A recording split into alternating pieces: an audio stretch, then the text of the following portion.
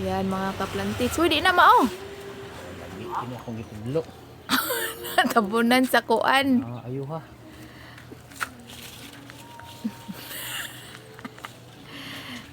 Kuha tayo ng papaya.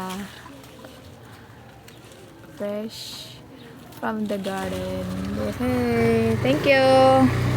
Yan, ito ang pinaka matamis na variety ng papaya. So, ang daming natanim dito na ganito yung lasa.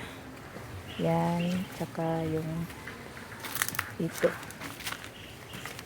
Yan. At saka marami pa tayong itatanim na mga seedlings ng papaya. Yang naabono yan. Tsaka ito. Yan.